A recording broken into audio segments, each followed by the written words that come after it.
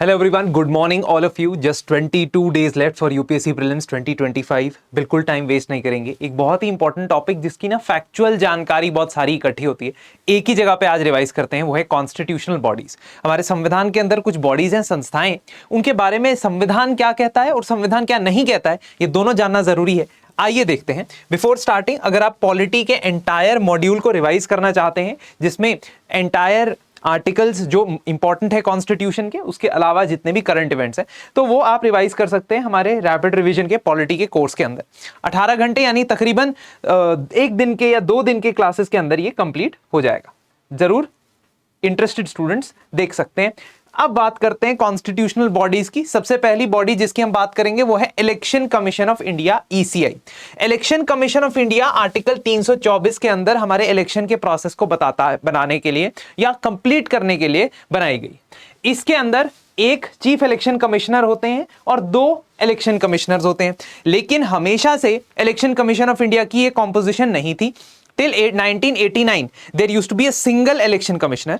89 से 90 तक 3 member commission बना, 90 में दोबारा से उसे 1 मेंबर कमीशन बनाया और 91 में फाइनली उसे 3 मेंबर कमीशन बनाया। ये इसलिए भी इंपॉर्टेंट है क्योंकि 2023 में इलेक्शन कमिश्नर्स और चीफ इलेक्शन कमिश्नर्स की अपॉइंटमेंट से रिलेटेड कानून को बदला गया था, उसको देखेंगे। लेकिन जब भी आप किसी भी कॉन्स्टिट्यूशनल बॉडी को पढ़ते हैं, उसमें से 7-8 एलिमेंट आपको याद रखने होते हैं। क्या क्या एलिमेंट है? एक, उसका आर्टिकल कौन सा है। दूसरा, उसकी कॉम्पोजिशन क्या है, मेंबरशिप कैसी है। तीसरा, उसकी अपॉइंटमेंट कौन कर रहा है। चौथा, उनके मेंबर्स की क्या कोई टर्म है या टेन्योर है या एज लिमिट है। पांचवा, क्या उसके लिए कोई सिलेक्शन कमिटी है या जस्ट वो प्रेसिडेंट की चॉइस है। अब प्रेसिडेंट की चॉइस का मतलब है प्रेसिडेंट की खुद की चॉइस नहीं, लेकिन कैबिनेट की अपॉइंटमेंट्स कमिटी ऑफ कैबिनेट होती है, वो फिर रिकमेंड करती है नाम, जहां पे सिलेक्शन कमिटी ना बताई गई हो। Then you have removal process. क्या कोई रिमूवल प्रोसेस है या नहीं है। इफ नहीं है तो इसका मतलब है कि उनके रिमूवल के लिए प्रेसिडेंट का ऑर्डर ही काफी।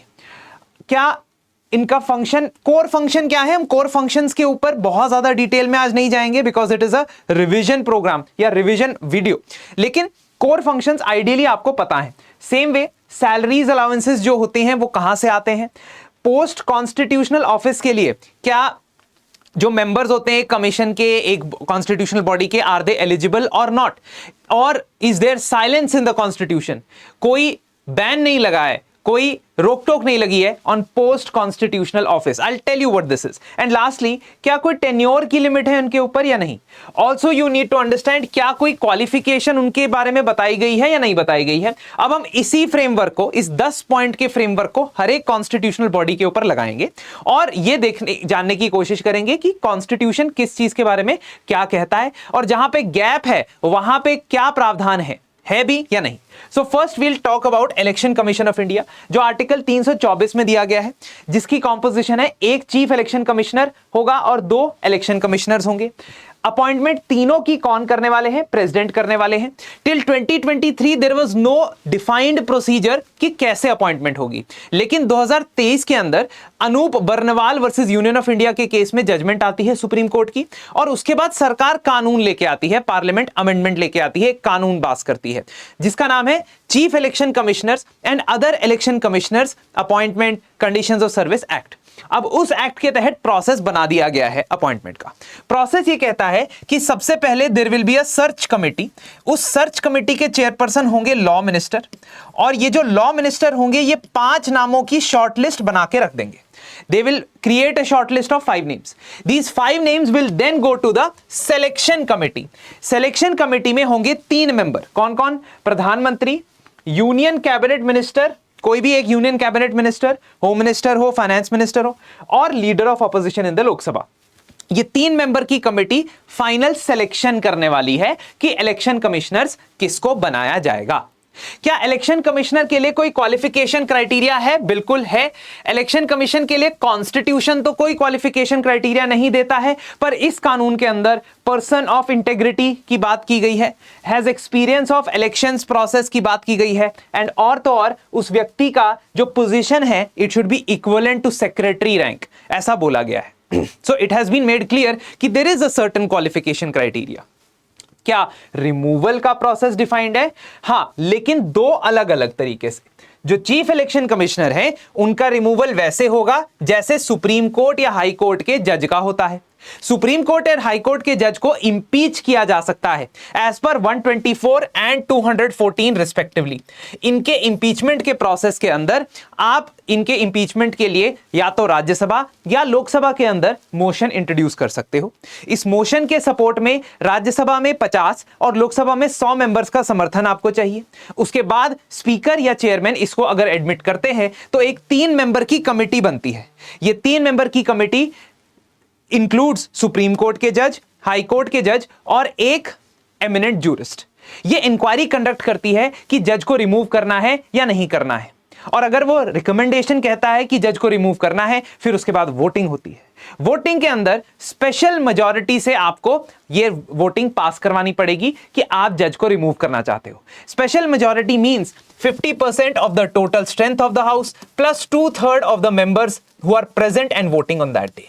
ये जितना भी प्रोसीजर है, ये जितना भी वोटिंग का प्रोसीजर है, that same voting procedure has to be conducted in the other house as well. जब ये हो जाए उसके बाद आप सुप्रीम कोर्ट या हाई कोर्ट के जज को हटा सकते हैं, रिमूव कर सकते हैं। वही तरीका अपनाना है अगर चीफ इलेक्शन कमिश्नर को हटाना है। लेकिन अगर बाकी इलेक्शन कमिश्नर्स को हटाना है तो ऐसा कुछ करने की जरूरत नहीं है। The president can remove the other election commissioners on the recommendations of CEC और अदरवाइज। मतलब सीईसी रिकमेंडेशन देते हैं तो रिमूव कर सकते हैं, नहीं तो अदरवाइज भी रिमूव कर सकते हैं। क्या यह रिकमेंडेशन बाइंडिंग होती है, यानी क्या प्रेसिडेंट को मानना ही पड़ता है फैसला जो होता है? Answer is no, it is not binding.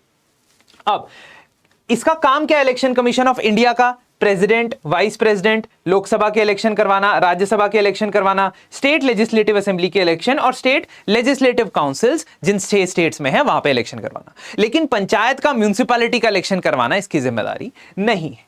क्या सैलरीज और अलाउंसेस डिफाइंड है? हाँ, सैलरीज और allowances are equivalent to supreme court जज। जब अगस्त 2023 के अंदर नया कानून लाया जा रहा था, वहां पे इनकी सैलरीज को सेक्रेटरी की सैलरी के इक्विवेलेंट कर दिया था, तब बहुत बवाल मचा था। उसके बाद जब दिसंबर में दोबारा कानून आया तो इनकी सैलरीज को वापस से सुप्रीम कोर्ट के जज के इक्विवेलेंट कर दिया। क्या ये चार्ज एक्सपेंडिचर में आती हैं? मतलब क्या जो इलेक्शन कमिश्नर्स की सैलरी है, अलाउंसेस है, वो चार्ज में आती है? नहीं सर, वो चार्ज एक्सपेंडिचर में नहीं आती। चार्ज एक्सपेंडिचर का वो हिस्सा होता है जिसमें बजट के दौरान लोकसभा में वोटिंग नहीं होती है। It is not voted upon, it may be discussed but it is not voted. Now post constitutional office से क्या कोई मनाही है इलेक्शन कमिश्नर्स को? For example, if the union government after the tenure ends, can the person not become a member of parliament, or not only member of parliament, can a person not be employed by union government or state government? ऐसा कोई प्रावधान नहीं है। इसका मतलब उस बंदे को अपॉइंट किया जा सकता है।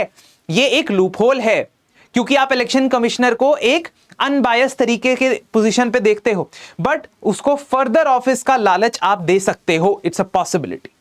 टेन्योर की कोई लिमिट है? मतलब एक बार इलेक्शन कमिश्नर बन गए तो दोबारा नहीं बन सकते? नहीं, ऐसी कोई लिमिट नहीं। तो ये सारी चीजें इलेक्शन कमीशन ऑफ इंडिया के बारे में फैक्चुअल जानकारी आप रिवाइज करेंगे, so that we are able to understand the importance of this position.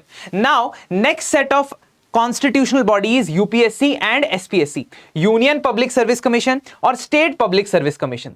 तो ये यूपीएससी और एसपीएससी है, इसके बारे में आर्टिकल 315 से लेके 323 के अंदर दिया गया है। इसके अंदर ये बताया गया है as far as UPSC is concern कि मैक्सिमम 11 मेंबर्स रहेंगे। अब एग्जैक्ट स्ट्रेंथ क्या रखनी है, it is not mandated, but maximum 11 members रहेंगे, जिसमें से 50% का सेंट्रल गवर्नमेंट के साथ 10 साल का एक्सपीरियंस होना चाहिए या स्टेट गवर्नमेंट के साथ 10 साल का एक्सपीरियंस होना चाहिए। At least 50% of these members should have 10 years experience. वहीं दूसरी ओर जब मैं स्टेट पब्लिक सर्विस कमीशन की बात करता हूं, वहां पे 11 हो, 12 हो, 15 हो, this is as per the governor's discretion. State के गवर्नर उसकी स्ट्रेंथ को डिसाइड कर सकते हैं, अपना अपना स्टेट अपने अपने एसपीएससी की स्ट्रेंथ डिसाइड कर सकता है।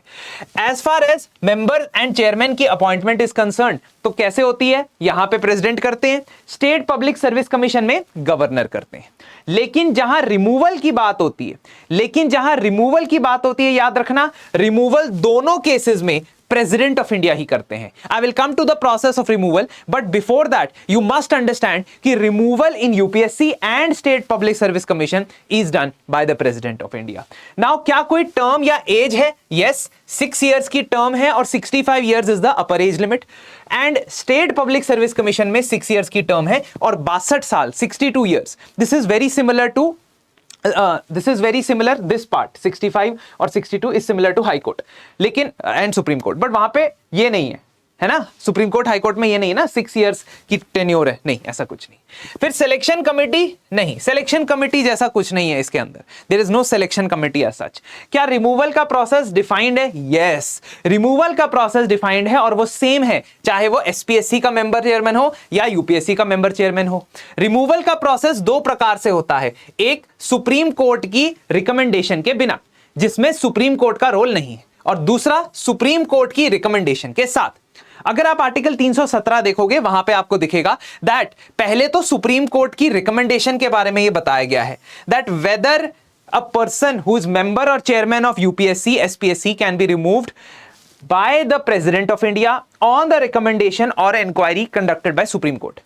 तो यस, तब हो सकता है जब व्यक्ति ने मिसबिहेवियर किया हो, और यह मिसबिहेवियर संविधान में डिफाइंड भी है। Surprisingly enough this is defined in the constitution. अगर आप प्रेसिडेंट की बात करते हो, जजेस ऑफ सुप्रीम कोर्ट की बात करते हो, उनके लिए भी यही लिखा है कि प्रोवन मिसबिहेवियर और इनकैपेसिटी करने पे उनको निकाल दिया जा सकता है, इंपीच कर दिया जा सकता है, लेकिन वहां पे मिसबिहेवियर डिफाइंड नहीं है। In case of UPSC member chairman, misbehaviour is defined in the constitution. ठीक है, पढ़ लेना संविधान डेफिनेशन पूरी पढ़ने के लिए। लेकिन विदाउट सुप्रीम कोर्ट रिकमेंडेशन भी उनको रिमूव किया जा सकता है अगर वो इंसॉल्वेंट है, अनडिस्चार्ज्ड इंसॉल्वेंट, यानी बोरोइंग ली हुई है लेकिन पैसा रिटर्न नहीं कर पा रहे हैं। प्लेड एम्प्लॉयमेंट ले लेते हैं यूपीएससी या एसपीएससी के बाहर, उनकी यहां की नौकरी के अलावा कहीं और से वो पेड एम्प्लॉयमेंट ले लेते हैं, या प्रेसिडेंट को लगता है कि they are of infirm mind and body, mentally और physically they are not able to conduct the functions, तो उनको रिमूव किया जा सकता है। ये सारी चीजें एसपीएससी के मेंबर्स पे भी और चेयरमैन पे भी अवेलेबल, मतलब एप्लीकेबल है। ठीक है, नाउ रिमूवल याद रखना है, ये यूनिक चीज है, ये याद रखनी पड़ेगी। अब रिक्रूटमेंट की जहां तक बात आती है, इनका काम होता है all India services, central civil services की रिक्रूटमेंट करना, और अगर गवर्नमेंट इनकी रिक्रूटमेंट की स्कोप को बढ़ाता है तो वो वाली रिक्रूटमेंट करना, या governor of the state approach करते हैं कि सर हमारे स्टेट के अंदर भी आप एक एग्जाम कंडक्ट करवा दो, वो भी किया जा सकता है। स्टेट का आपको पता है स्टेट सर्विसेज के लिए रिक्रूटमेंट करते हैं। Salary allowances they are charged on the consolidated fund of India, and SPSC के लिए they are charged on the consolidated fund of the state. Now term limit है, yes, what does that mean? This means that you can not be reappointed, आपकी reappointment नहीं हो सकती है, आपको वापस नहीं बनाया जा सकता है मेंबर ऑफ यूपीएससी और मेंबर ऑफ एसपीएससी। हां, आपका प्रमोशन हो सकता है। कैसे होगा? अगर आप एसपीएससी के मेंबर हैं या चेयरमैन हैं तो आपको यूपीएससी का मेंबर या चेयरमैन बनाया जा सकता है, वन थिंग ये हो सकती है, या अगर आप यूपीएससी के मेंबर हैं तो आपको यूपीएससी का चेयरमैन बनाया जा सकता है, बट सेम पोजीशन पे आपको दोबारा से दूसरी टेन्योर इसमें नहीं मिलेगी। Please remember this. अगर रेजिग्नेशन की बात आती है तो प्रेसिडेंट को रेजिग्नेशन देते हैं यूपीएससी के मेंबर चेयरमैन, और गवर्नर को रेजिग्नेशन देते हैं एसपीएससी के मेंबर चेयरमैन, ये याद रखिएगा।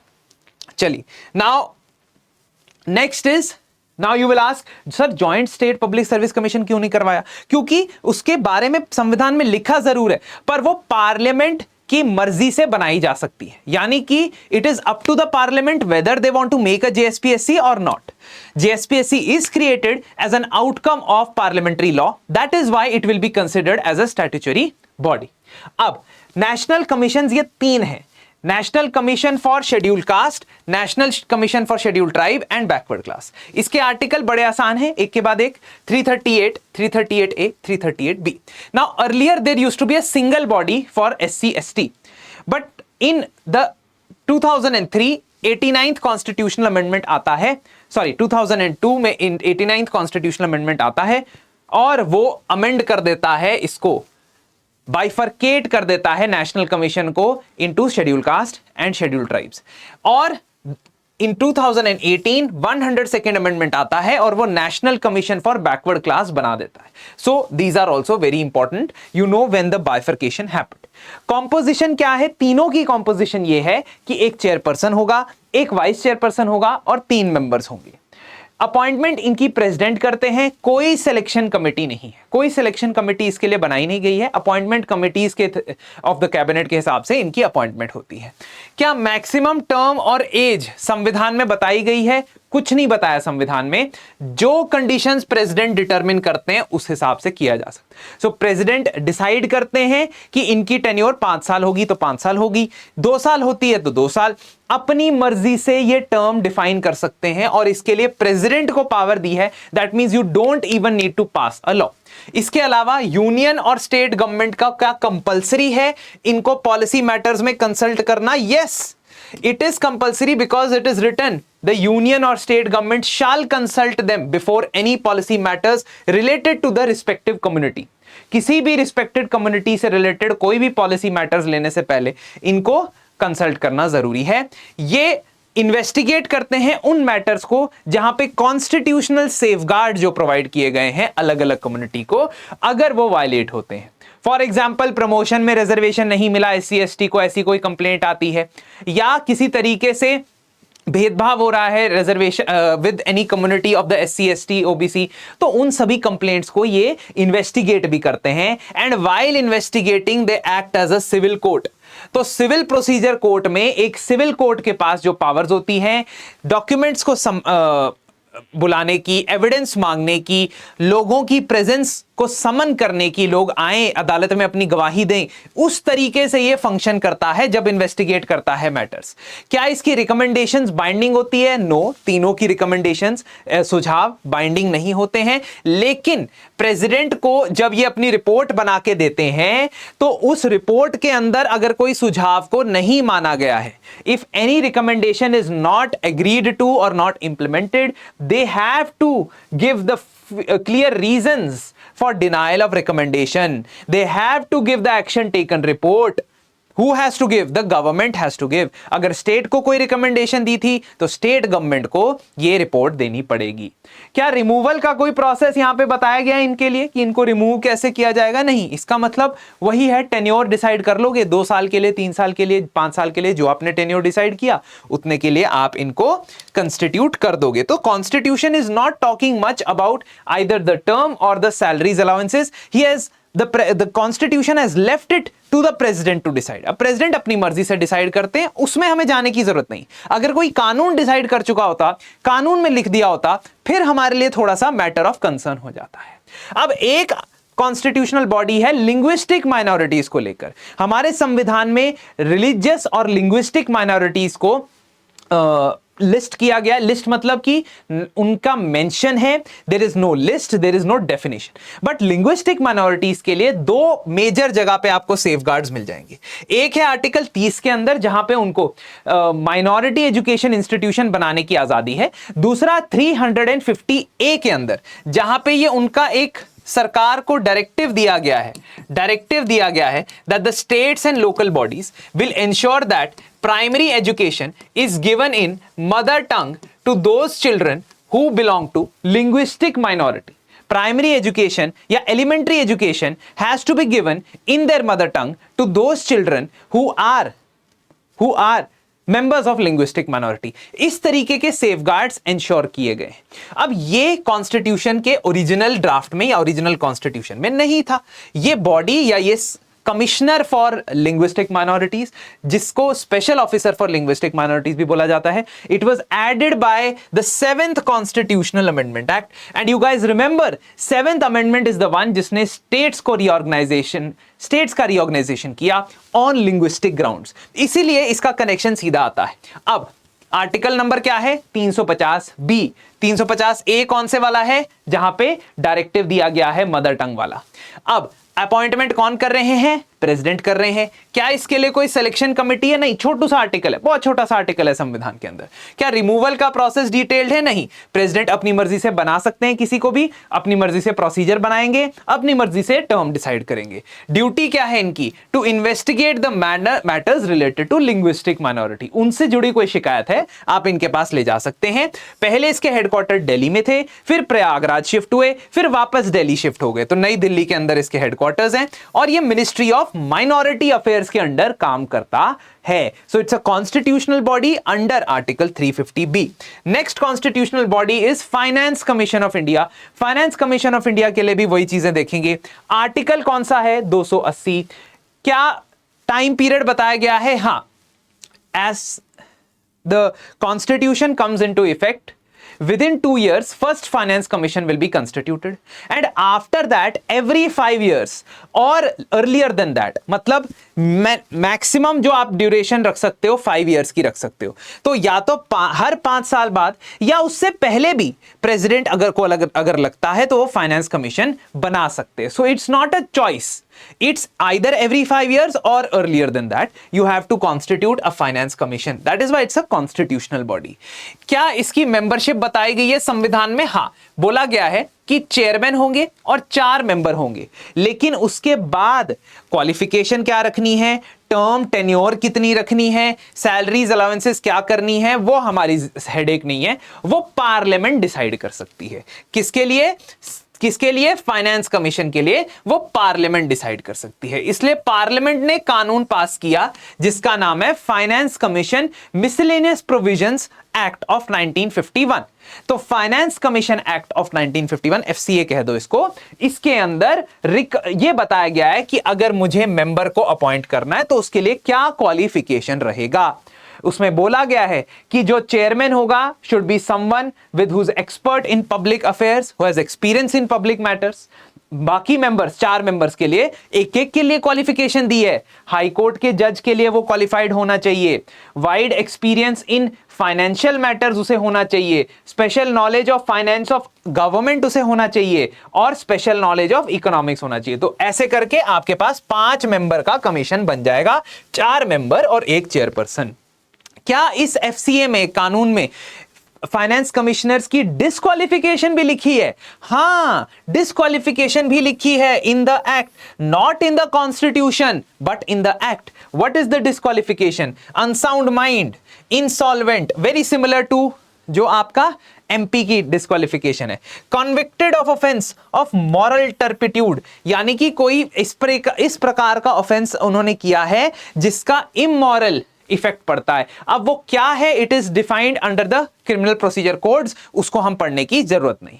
अब कॉन्फ्लिक्ट ऑफ इंटरेस्ट भी जब इमर्ज होता है, conflict of interest is being a member of finance commission, you can not be a member of state government, क्योंकि आपका काम क्या है? आपका मेजर काम यह है कि जो सेंट्रल गवर्नमेंट और स्टेट गवर्नमेंट का फिस्कल रिलेशंस है, टैक्सेबल इनकम का, डिविजिबल पूल ऑफ टैक्सेस का बंटवारा है, डिस्ट्रीब्यूशन है, वो आपने डिसाइड करना है। तो अगर मीनवाइल आप स्टेट गवर्नमेंट के साथ भी एसोसिएटेड हो या सेंट्रल गवर्नमेंट के साथ भी एसोसिएटेड हो तो आपका तो इंटरेस्ट वहां कॉन्फ्लिक्ट हो गया, क्योंकि एक तरफ आपको अनबायस्ड जज की तरह काम करना है, वहां दूसरी तरफ आप एक तरफ के लिए अलाइंड हो जाओगे। ऐसे मामलों में भी आपको डिस्क्वालीफाई किया जा सकता है from the finance commission position. और फाइनेंस कमीशन के जो 3 फंक्शंस है, बेसिकली 3+1, ये संविधान में बताए गए। What are these 3 functions? 3+1। First function is to decide how much percentage of divisible pool of taxes will be shared by the centre and the states. Centre को कितना परसेंटेज मिलेगा, स्टेट्स को कितना मिलेगा। And horizontal distribution, that means Punjab को कितना मिलेगा, हिमाचल को कितना मिलेगा, हरियाणा को कितना मिलेगा, तमिलनाडु को कितना मिलेगा। इसके लिए क्राइटेरिया डिफाइन करना इनका पहला काम है। दूसरा काम यह है कि ग्रांट्स जो प्रोवाइड करनी है सेंट्रल गवर्नमेंट ने स्टेट गवर्नमेंट्स को, constitutionally they have to provide certain grants. They may be under article 275, they may be under article 275, they may be under article 282। तो 275 या 282 के अंदर जो ग्रांट्स होती हैं उनको प्रोवाइड करने के लिए क्या क्राइटेरिया लगाया जा सकता है या कितना पैसा देना है, ये फाइनेंस कमीशन बताता है। और तीसरा, consolidated fund of the states को कैसे ऑगमेंट करना है। ऑगमेंट मतलब उसकी इनकम रेवेन्यू कैसे बढ़ानी है ताकि पंचायतों के पास, लोकल बॉडीज के पास ज्यादा पैसा पहुंच सके। ये 3 फंक्शंस और any other function refer to by the president. तो प्रेसिडेंट कोई भी और फंक्शन रेफर करते हैं वो भी इसके अंदर आ सकता है, that can also come under this. तो यही चीज आपने ध्यान रखनी है फाइनेंस कमीशन के 3+1 फॉर्मूला में कॉन्स्टिट्यूशन बताता है। अब कौन से फाइनेंस कमीशन की क्या टर्म्स ऑफ रेफरेंस है ये उसको बनाने वाले ऑर्डर के अंदर मिल जाएगा। तो 15th फाइनेंस कमीशन की terms of reference will be different from 14th, will be different from 16th, but 3 things will remain universally true. वो जो 3 चीजें संविधान ने बोली है वो तो हमेशा ट्रू है। अब उसके अलावा कोई और काम दिया जा सकता है। हाँ, 15th फाइनेंस कमीशन जिसके चेयरपर्सन श्री NK सिंह थे, उनको ये काम दिया गया था कि आप ये अब हमें बताएं कि क्या स्टेट्स को इंसेंटिवाइज करना चाहिए ग्रांट्स देने से पहले, क्या हमें इंटरनल सिक्योरिटी के लिए, इंटरनल डिफेंस के लिए एक अलग से फंड बनाना चाहिए।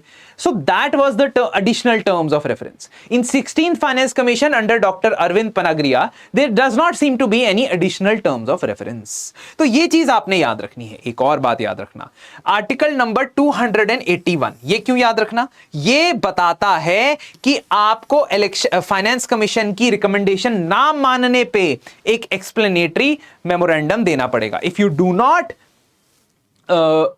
agree to the finance commission recommendations as the central government, आपको एक एक्सप्लेनेटरी मेमोरेंडम पार्लियामेंट में रखना पड़ेगा। क्या इसमें रीअपॉइंटमेंट हो सकती है मेंबर्स की? हाँ, इनमें रीअपॉइंटमेंट हो सकती है। So this is about the finance commission. Next is about the CAG, controller and auditor general. CAG की बात करते हैं तो CAG का आर्टिकल 148 है, लेकिन बाकी 149, 150, 151 are also related to CAG only. ये सिंगल पर्सन पोस्ट है, यानी कि इसमें कॉम्पोजिशन की बात ही नहीं है, एक ही व्यक्ति CAG बनते हैं। कमेंट सेक्शन में मुझे बताएं प्रेजेंटली CAG कौन है। अब अपॉइंटमेंट बाय द प्रेसिडेंट, क्या इसके लिए कोई एक्स्ट्रा क्वालिफिकेशन क्राइटेरिया दिया गया है? No, there is no constitutional criteria that says कि CAG ऐसा होना चाहिए, वैसा होना चाहिए। क्या टर्म एंड एज दी गई है? हाँ, लेकिन not in the constitution, not in the constitution. The term that is 6 years or age that is upper age limit that is 65 years is given in the CAG Act of 1971. CAG Act of 1971 में ये term या age दी गई है। Removal of the CAG is equivalent or same as Supreme Court High Court judge, just like we saw removal is of the CAG is same as election commission, chief election commissioner। तो chief election commissioner का removal, CAG का removal, supreme court high court के जज का removal, तीनों same process से होता है। सैलरी और अलाउंसेस सुप्रीम कोर्ट जज के पैरेलल होती है CAG की, और इसे चार्ज्ड एक्सपेंडिचर के अंदर गिना जाता है। It is charged upon the consolidated fund of India. CAG एक ऐसी पोजीशन है जिसमें कॉन्स्टिट्यूशनल शपथ दिलवाई जाती है। In other positions we did not see a constitutional oath. हो सकता है बाद में प्रोसीजर में कोई ओथ डाल दियो, है ना, लेकिन कॉन्स्टिट्यूशनली, संवैधानिक तौर पे CAG को जज वाली ओथ लेनी पड़ती है। The same as a supreme court जज टेक्स, सेम शपथ is taken by the CAG। क्या CAG को रीअपॉइंट किया जा सकता है? हाँ। क्या CAG को पोस्ट कॉन्स्टिट्यूशनल ऑफिस लेने से मना किया गया है? यस, बहुत क्लियरली बताया गया है in the terms of CAG that they cannot take post constitutional office. That means they cannot then be employed after their retirement, after their tenure ends. They cannot be employed by the government further. Same is for UPSC also. ये मैं बताना भूल गया था।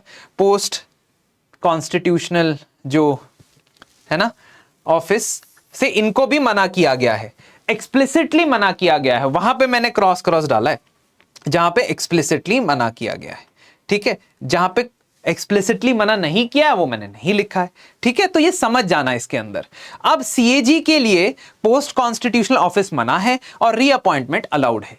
CAG head of the Indian audit and account service होते हैं। CAG central government और state governments का अकाउंट्स का ऑडिट करते हैं। दैट मींस वो अकाउंट्स मेंटेन नहीं करते हैं सेंट्रल गवर्नमेंट के, क्योंकि सेंट्रल गवर्नमेंट के ऑडिट्स मेंटेन करने का काम CGA करते हैं, कंट्रोलर जनरल ऑफ अकाउंट्स करते हैं। Which is not a constitutional position. CAG कौन सी बॉडीज का ऑडिट करेंगे, कौन सा नहीं करेंगे, that can be decided by either the parliament और द प्रेसिडेंट। प्रेसिडेंट कोई भी ऑर्डर दे सकते हैं। फॉर एग्जाम्पल पार्लियामेंट अलग अलग संस्थाएं बनाता है, अलग अलग स्टैट्यूटरी बॉडीज बनाता है, स्टैट्यूटरी कंपनीज भी बनाता है, कॉर्पोरेशंस भी बनाता है, और उन सभी के लिए वो उसी एक्ट में लिख देगा कि सीएजी इसका ऑडिट करेगा या नहीं करेगा। They will write in that act only कि सीएजी विल ऑडिट और नॉट। सीएजी की जो ऑडिट की रिपोर्ट है आर्टिकल 151 के अंदर वो रखनी पड़ती है, डिपेंडिंग अपॉन कि वो किस गवर्नमेंट के लिए रिपोर्ट बनी है। स्टेट गवर्नमेंट के लिए है तो स्टेट लेजिस्लेचर में, सेंट्रल गवर्नमेंट के लिए तो प्रेसिडेंट उसे पार्लियामेंट में रखेंगे। सीएजी का एक और इंपॉर्टेंट कॉन्स्टिट्यूशनल ड्यूटी ये होता है कि सीएजी ये डिटरमिन करते हैं that what are the net proceeds of tax. This net proceeds of tax is important because this is the total tax collected minus the expenditure done in tax collection. आप tax इकट्ठा करने के लिए जितना खर्चा करते हो, सैलरीज अलाउंसेस वगैरह देने में, बिजली का बिल, पानी का बिल देने में, वो माइनस कर दोगे पूरी टैक्स कलेक्शन से, तो आपके पास नेट प्रोसीड्स ऑफ टैक्स आ जाता है। इसी को फिर बाद में बांटा जाता है स्टेट्स और सेंटर के बीच में। So who will decide net proceeds of tax? CAG as per article 279। Now, the next constitutional body, quickly we are revising, हम ज्यादा टाइम नहीं गवाएंगे। 279A के अंदर GST council, goods and services tax council. अब article number क्या है इसका? 279A। जहां पे भी कॉन्स्टिट्यूशन में कैपिटल A कैपिटल B दिख जाए, मतलब समझ जाओ कि उसको संविधान में बाद में ऐड किया गया होगा। तो इसी तरह जब 101st कॉन्स्टिट्यूशनल अमेंडमेंट एक्ट आता है साल 2016 में, जीएसटी रिजीम को लेके आता है, तो वो जीएसटी काउंसिल भी बनाता है। जीएसटी काउंसिल की मेंबरशिप बिल्कुल फिक्स्ड है। क्या क्या? एक चेयरपर्सन जो होंगे फाइनेंस मिनिस्टर, एक और मेंबर होंगे सेंटर की तरफ से जो मिनिस्टर इंचार्ज ऑफ रेवेन्यू होंगे। अब बेसिकली क्या होता है कि जो बड़े मंत्रालय होते हैं, बड़े मिनिस्ट्रीज होती हैं, वो उसमें ना एक तो मिनिस्टर होते हैं, है ना, लेकिन साथ में उनके साथ एक और मिनिस्टर को अपॉइंट किया जाता है। उनको कई बार मिनिस्टर ऑफ स्टेट बोला जाता है। ठीक है, तो finance ministry, home ministry, defence ministry, external affairs ministry में अक्सर ये देखा जाता है, because there are a lot of functions to be performed, a lot of departments. आप 2 या 3 मंत्रियों को उसमें अपॉइंट करते हो। तो जनरली फाइनेंस मिनिस्ट्री में 2 मिनिस्टर होते हैं, मिनिस्टर ऑफ स्टेट, एक एक्चुअल मिनिस्टर। तो जो सेकेंड नंबर पे होगा मिनिस्टर, मंत्री, वो भी आ जाएगा। अब तीसरा है स्टेट्स के सभी फाइनेंस मिनिस्टर। सभी स्टेट्स, जितने भी स्टेट्स हैं, उन सभी के फाइनेंस मिनिस्टर्स इसमें आएंगे, और जो स्टेट्स के वाइस चेयरपर्सन होंगे वो भी इसके अंदर आ जाएंगे। कहने का सॉरी, वाइस चेयरपर्सन का क्या मतलब है कि सभी स्टेट्स के फाइनेंस मिनिस्टर इकट्ठा हो गए। अब उन्होंने आपस में एक बंदे को नियुक्त कर दिया, अपॉइंट कर दिया कि भाई तुम जो हो, तुम वाइस चेयरपर्सन की तरह बैठोगे इन दिस जीएसटी काउंसिल। अब जीएसटी काउंसिल की कॉम्पोजिशन डिफाइन हो गई। जीएसटी काउंसिल को बहुत सारे डिसीजंस लेने होते हैं। क्या डिसीजंस लेने होते हैं? जीएसटी की टैक्स के रेट्स क्या होंगे, कौन से आइटम पे कितना % टैक्स लगेगा, जीएसटी की थ्रेशोल्ड से नीचे कितना अमाउंट रखना है, मतलब 3 लाख से नीचे वालों को जीएसटी से एग्जेम्प्ट रखना है या 10 लाख से नीचे वालों को जीएसटी एग्जेम्प्ट रखना है, कैसे रखना है, ये जीएसटी काउंसिल डिसाइड करती है। क्या किसी स्पेशल सर्कमस्टांसेस में कोई स्पेशल सेस लगाया जा सकता है on GST? For example Kerala में जब 2018 में फ्लड्स आए थे तो उनको अलाउ किया गया था कि वो एक फ्लड्स के लिए, डिजास्टर के लिए सेस लगाए अपने प्रोडक्ट्स के ऊपर, तो ये भी जीएसटी काउंसिल बताएगा। कब, कैसे और कहां crude oil, petroleum, high speed diesel और एविएशन टरबाइन फ्यूल को जीएसटी के अंडर लाया जाएगा, जो कि अभी जीएसटी के एम्बिट से बाहर है, ये भी जीएसटी काउंसिल के रिकमेंडेशन पे होगा। अब सवाल यह आता है कि क्या जीएसटी काउंसिल के रिकमेंडेशन मैंडेटरी होते हैं? As per the supreme court in 2022, Madras high court in 2023, the recommendations of the GST council are not binding on the central और स्टेट गवर्नमेंट। ये बात, ये फैक्ट याद रखना बस आप, कि ये स्टेटमेंट लिखी होगी ना, ये स्टेटमेंट में क्या करोगे? नॉट बाइंडिंग पे सही करोगे, बाइंडिंग रिकमेंडेशन पे गलत करोगे। संविधान जीएसटी काउंसिल की मीटिंग के लिए कोरम भी आपको बता देता है, कितना? 50% ऑफ द टोटल स्ट्रेंथ। एक मीटिंग कंडक्ट करनी है जीएसटी काउंसिल की, तो कम से कम 50% लोग उसमें आने चाहिए। कितने डिसीजन लेने के लिए कितने वोट चाहिए? डिसीजन लेने के लिए 3/4 ऑफ द वेड वोट्स, यानी 75% आपको वोटिंग सपोर्ट चाहिए कोई फैसला लेने के लिए। लेकिन वेड वोट्स का क्या मतलब है? That means it is divided into two parts, one is the union, one is the states. Union का जितना रिप्रेजेंटेशन है उसकी टोटल वैल्यू है 1/3, मतलब यूनियन की तरफ से जितने लोग वोट देंगे उनको कुल मिला के उसकी वैल्यू कितनी आएगी? Weighted value 1/3 of the total vote, और 2/3 यानी 66.7% की जो वैल्यू है वो स्टेट्स के पास है। टोटल सभी स्टेट्स के मिला के वोट की वैल्यू है 2/3।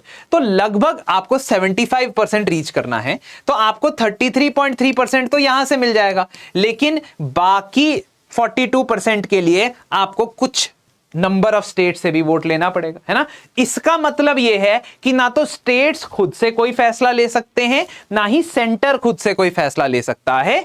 अ large number of centre as well as states must come together to take decision in the GST council. GST council में फैसला लेने के लिए आपको 75% वोट चाहिए, और किसी भी एक के पास 75% खुद से नहीं है, ना तो सभी स्टेट्स मिलके, ना तो सेंटर के पास अकेले से। ठीक है, that is why it is considered as a symbol of cooperative federalism. Mains में आगे इसमें और पढ़ेंगे कितना कोऑपरेशन हुआ कितना नहीं। अब आखिरी सेट ऑफ कॉन्स्टिट्यूशनल बॉडीज है अटॉर्नी जनरल, एडवोकेट जनरल। इनको पैरेलल ही पढ़ा रहा हूं क्योंकि ये आपस में पैरेलल है, कॉम्प्लीमेंट्री नहीं कह रहा हूं, कॉरेस्पॉन्डिंग इन नेचर है। कॉन्स्टिट्यूशन का आर्टिकल 76 और 165 tells you about a position called attorney general, and in the states advocate general. तो attorney general is the highest law officer of this country and advocate general is the highest law officer of their respective state. संविधान, ध्यान रखना, constitution ये साफ साफ बताता है कि अगर किसी को अटॉर्नी जनरल बनना है तो उसे सुप्रीम कोर्ट के जज बनने के लिए क्वालिफाइड होना पड़ेगा। सुप्रीम कोर्ट के जज की क्या क्वालिफिकेशन है? वो 10 साल हाई कोर्ट का एडवोकेट रहा हो, या 5 साल हाई कोर्ट का जज रहा हो, या वो एक एमिनेंट जूरिस्ट हो in the mind of the president. In 3 criteria में से किसी भी एक को फुलफिल करना, plus of course the citizenship criteria कि नागरिक हो भारत का, ये दोनों क्राइटेरिया फुलफिल होंगे तो वो बंदा अटॉर्नी जनरल बनेगा। अब एडवोकेट जनरल के लिए जो क्राइटेरिया है वो हाई कोर्ट के जज वाला क्राइटेरिया है। सिंपल सी बात, हाई कोर्ट के जज वाला क्राइटेरिया। 10 साल तक एडवोकेट रहा हो, 10 साल तक जज रहा हो at a lower position, lower court, district court में, ठीक है, तो ऐसा बंदा हाई कोर्ट का जज भी बन सकता है और ऐसा बंदा एडवोकेट जनरल भी बन सकता है। अब क्या कोई टेन्योर डिफाइंड है अटॉर्नी जनरल के लिए, एडवोकेट जनरल के लिए? नहीं भाई, ठीक है। In this case, appointment is done by president. In this case, appointment is done by governor. In this case, tenure is president का tenure, president decide करेंगे. In this case, tenure is decided by the governor. And special articles हैं इनके लिए संविधान में, article 88 और article 177। Article 88 for the attorney general, article 177 for the advocate general. Both have number 1 the right to audience in the entire country as the state, मतलब right to audience in India, ये तो article 76 में लिखा है और ये article 165 में लिखा है। मतलब किसी भी कोर्ट के अंदर ये अपना मामला प्रेजेंट कर सकते हैं and they can be heard with in a court of law. Attorney general के लिए वो पूरे इंडिया में है और एडवोकेट जनरल के लिए स्टेट में। Secondly, and as far as privileges are concerned, they have certain privileges. For example, attorney general can participate in the proceedings of any house. Lok Sabha या राज्यसभा की किसी proceedings में participate कर सकते हैं, मतलब बैठ सकते हैं, speech दे सकते हैं, वक्तव्य दे सकते हैं, लेकिन वो वोट नहीं कर सकते हैं। They cannot vote in any of the proceedings, but they can sit, they can be invited to the committees, parliamentary committees में इन्वाइट हो सकते हैं, वो पार्लियामेंट्री प्रोसीडिंग्स में बैठ सकते हैं, बट वो वोटिंग नहीं कर सकते। अब इतना पावर थोड़ी ना देंगे। अब बेसिकली इन लोगों का काम क्या होता है? अगर इनको हाईएस्ट लॉ ऑफिसर बना दिया तो काम क्या है?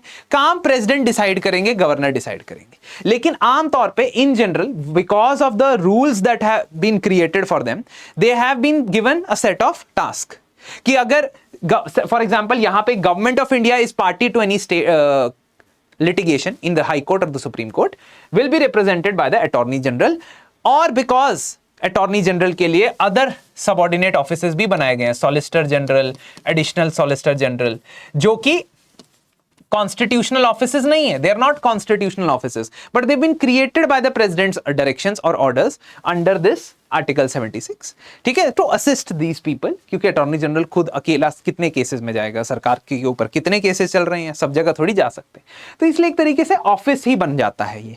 अच्छा, कंटेम्प्ट के मामले में अटॉर्नी जनरल का एक अलग रोल आता है, जो जिस पॉइंट पे मैं ये खत्म करूंगा लेक्चर आज का।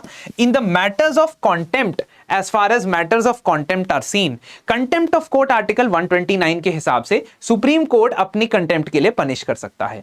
अब कंटेम्प्ट ऑफ कोर्ट एक्ट के हिसाब से सिविल और क्रिमिनल कंटेम्प्ट डिफाइन किया गया है, लेकिन अगर कोई थर्ड पार्टी यानी कोर्ट खुद से नहीं डिसाइड कर रहा है कि यार इस बंदे ने डिसरिस्पेक्ट किया है, someone else comes to the court and says sir ये जो कॉमेडियन है इसने स्टेज पे आपका मजाक उड़ाया, आपको पता नहीं क्या क्या बोल दिया, तो ऐसे बंदे की कंप्लेंट को एंटरटेन करने के लिए पहले अटॉर्नी जनरल के पास वो जाएगा, अटॉर्नी जनरल के ऑफिस के थ्रू उसे कंप्लीटली मैनेज किया जाएगा।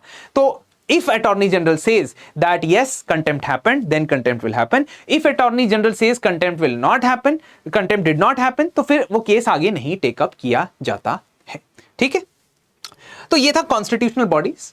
आई होप आपका क्विक रिवीजन हो गया होगा, आधे घंटे के अंदर अंदर फटाफट से हमने रिवाइज कर लिए 10 कॉन्स्टिट्यूशनल बॉडीज। आप किस टॉपिक पे वीडियो चाहते हो अगले हफ्ते के लिए, प्लीज मुझे कॉमेंट सेक्शन में जरूर बताएं। धन्यवाद।